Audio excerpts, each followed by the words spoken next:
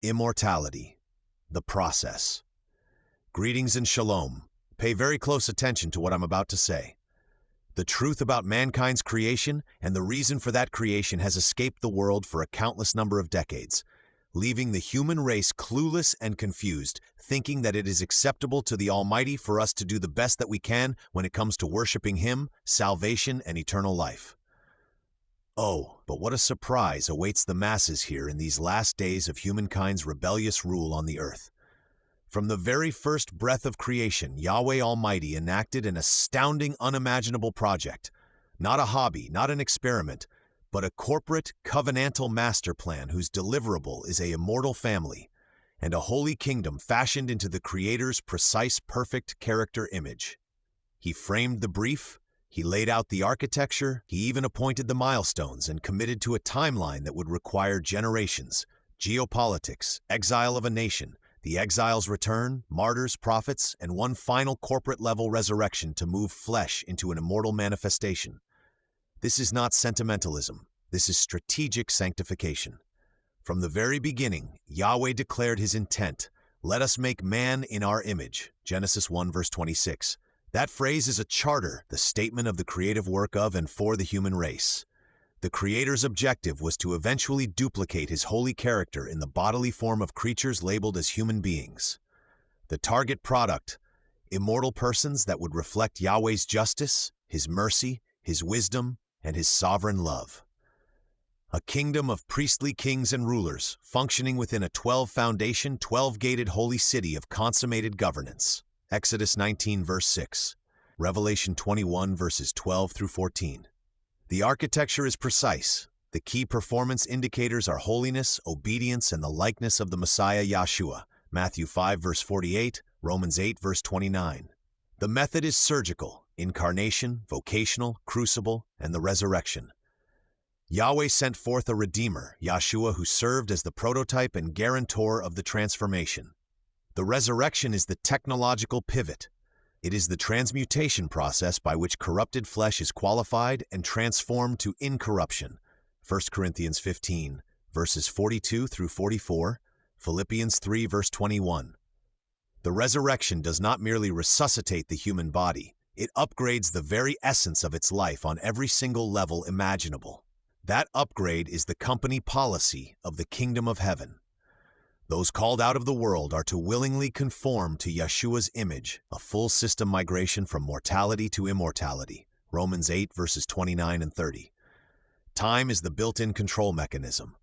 Yahweh's timeline stretches across millennia to ensure fidelity, stress testing, and eternal calibration.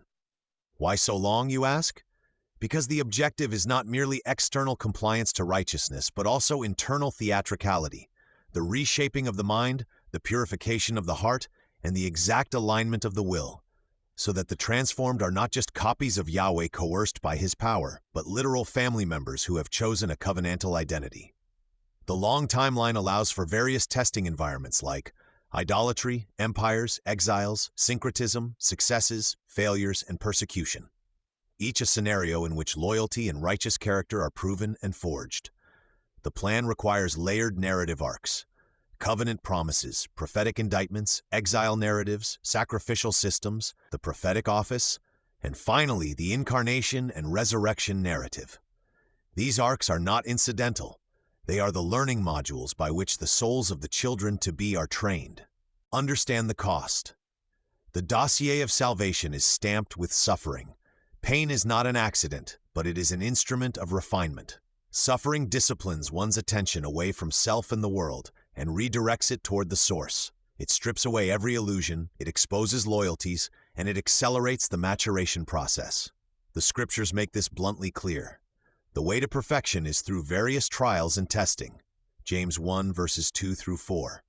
1 Peter 1 verses 6 and 7. Yahshua outlined the pathway: humiliation, rejection, suffering, and finally vindication.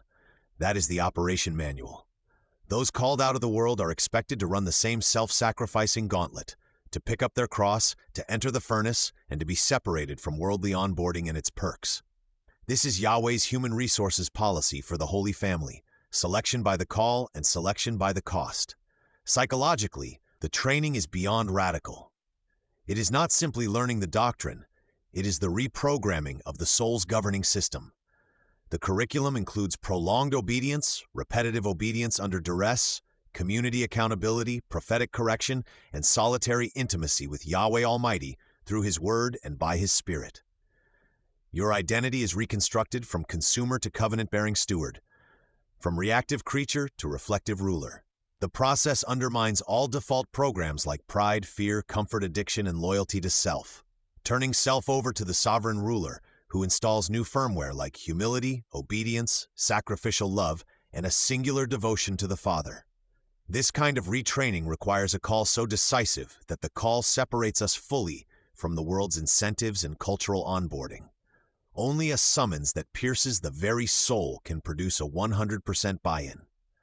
This design culminates in Immortality, a family kingdom whose governmental center is a city of 12 foundations and 12 gates. A polity that is theological, political, and familial all at once. Revelation 21, verses 12 through 14. The citizenship criteria is not accidental. It is priestly in function. It is a kingship, a rulership, and contagious holiness. The city is not decorative real estate. It is a governance platform, where the transformed rule and serve as Yahweh's delegated executives throughout the new creation. That city declares the completion of the deliverable, beings whose character is identical to the Almighty's. Do not delude yourselves. This is a plan of uncompromising scope.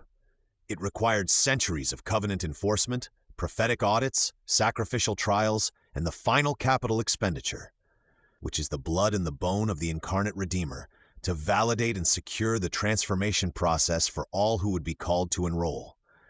It demanded whole cultures to be tested. It demanded false narratives to be exposed, and human hearts to be broken and then rebuilt. So what does it require of you now, in the midst of the company's centuries-long rollout? It requires corporate-level commitment, alignment to the charter, Yahweh's word, to process discipline, obedience under pressure, ecosystem participation, the community of saints, and a readiness for the upgrade, death and the resurrection participation by faith. It requires the abandonment of short-term returns and a willingness to be refined in deep time.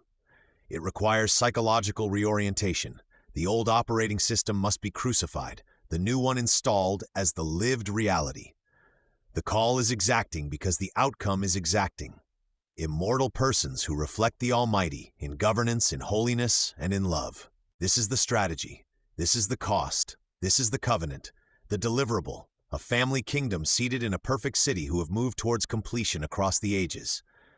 If you are called, the summons is immediate, the onboarding is ascetic, the appraisal relentless, and the promotion is eternal.